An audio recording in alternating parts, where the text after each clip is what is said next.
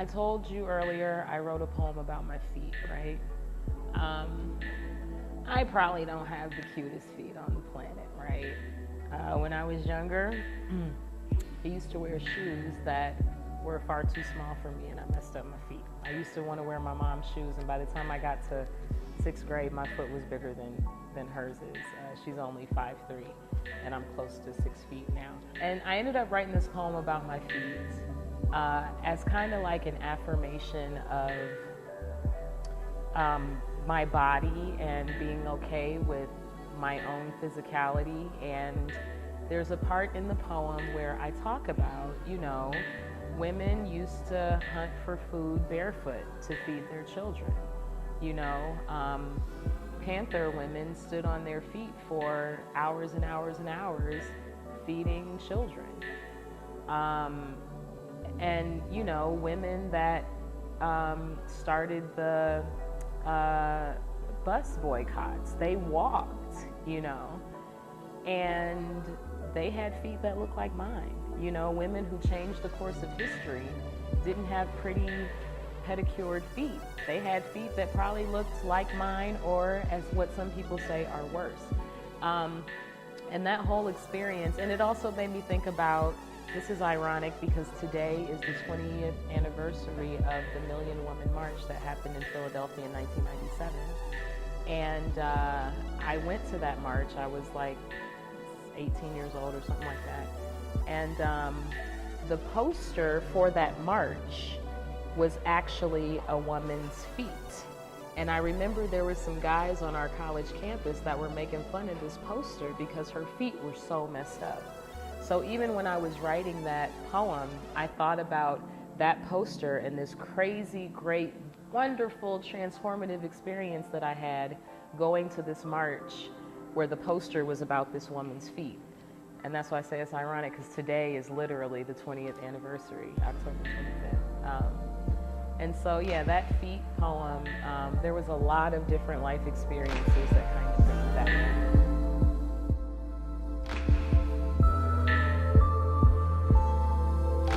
I can't remember when I haven't been an artist. So I've always been making things and telling stories. It's just very natural for me. So I think that, like, whenever I was conscious of what art was, I wanted to be an artist. In every way imaginable. The art I've made has told me stuff about myself.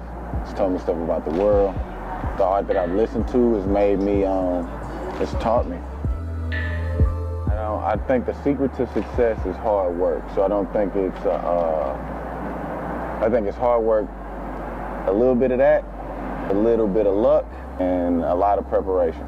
So I don't think it's a secret. I just think you just got to have all those things in order. And I define success by being able to do what I want to do, taking charge of my own destiny. I think that's success for me.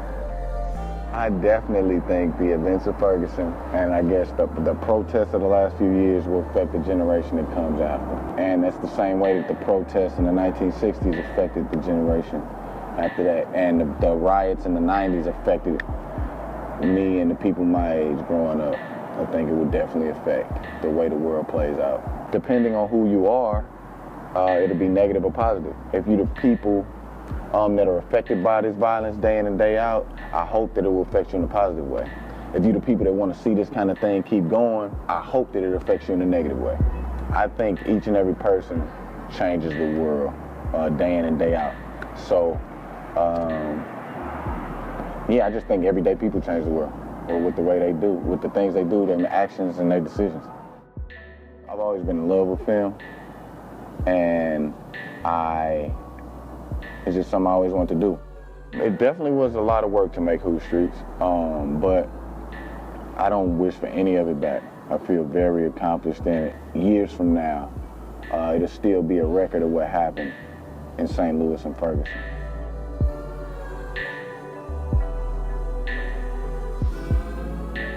I started writing poetry because for me, I felt like there was a lot that I had to say, and I didn't know how to say it, except for being in a written form. Yes, some of the mistakes I've made in life definitely has pushed me. Man, that's a deep question.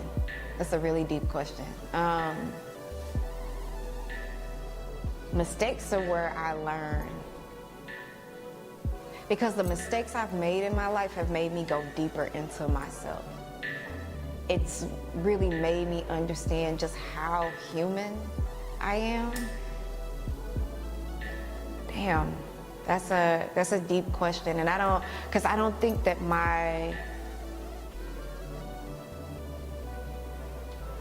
I'm smiling because I just hit a realization. When I left corporate America in 2011, I was working at an ad agency in Portland, Oregon, and I knew it was time to go. And everybody was telling me that I was making one of the biggest mistakes in my life. But I knew for me that I was not living the life that I honestly wanted for myself. I did question myself for a while. Did I make the right decision? You know, did I make a mistake? And I actually grieved that life because there were so many other things that I felt like I wanted to do with that chapter of my life and all of that, and I did not do it. But I was done. I was done. And I did feel like I made a mistake, but looking at where I am in my life right now, I see that I made the totally right decision for myself and for my sanity. I made the right decision for my art.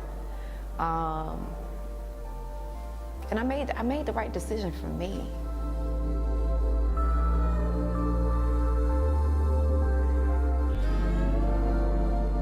So my initial reason for starting was so I could make enough money to take care of my family. But after that, it became much bigger than that. It became about not just inspiring kids who are fatherless or inspiring dads, you know, just to keep doing what they're doing, inspire dads who need a little help being encouraged to do more of what they need to be doing, but also to inspire artists and writers and whomever else to do whatever they feel called they should be doing that they weren't doing. So it became all of that. Before my children, I was painting a lot more obscure themes and just painting just to paint. But with my children, you know, looking at children's books and thinking about family more, that just inspired, you know, my subjects. I started the project out of a need, financial need, and then it grew into a more social need, just based on people's response. Well, I had somebody tell me when I was doing 365 Days with Dad that she started to notice dads more. A lot of moms, teachers, people who are around children a lot, you know, and children look at my work because I paint children.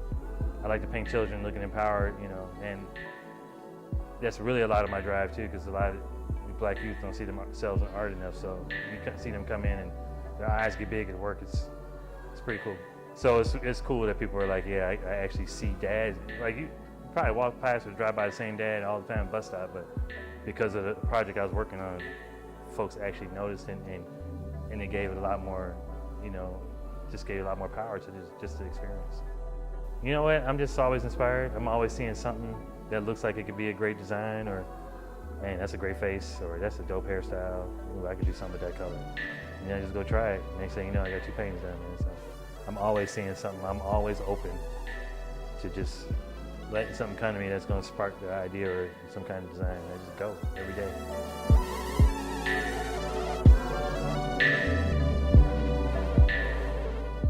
Oh yeah, the story of the hummingbird. And it's really kind of amazing how the story came about, because how I was told the story. We had a child in the neighborhood whose father was murdered.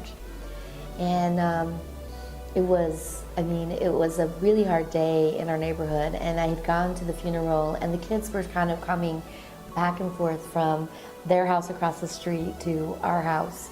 And you know, it's heavy having conversations with 6- and 7-year-olds who are coping with grief and loss.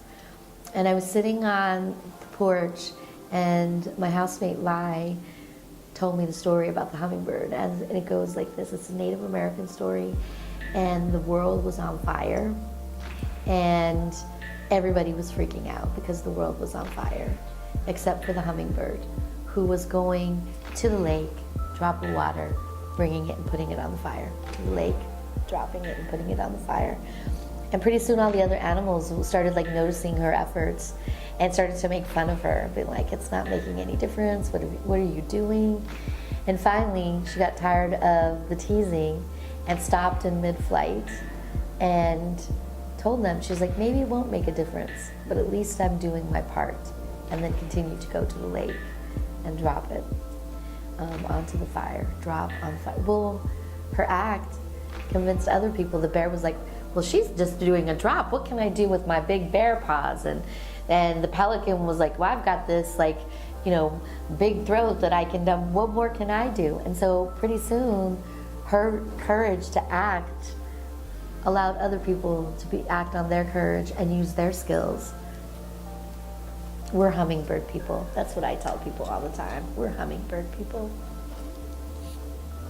I encourage the younger generation to create and imagine and dream, to not be held or bound by borders or boundaries or what people tell you that you can't do, but rather to know that you see the world with fresh eyes.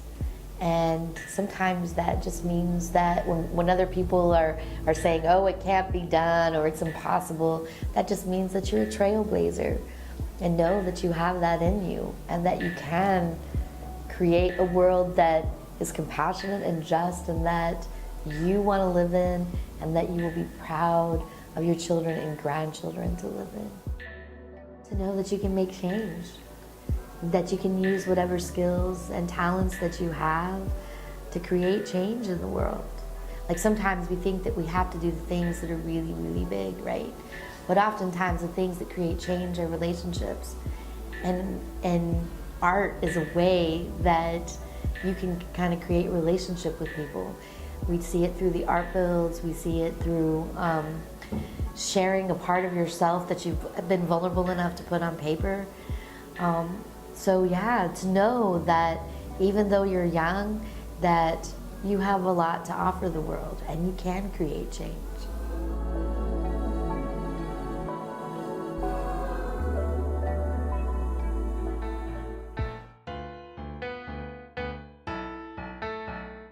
To know that you can make change, that you can use whatever skills and talents that you have to create change in the world.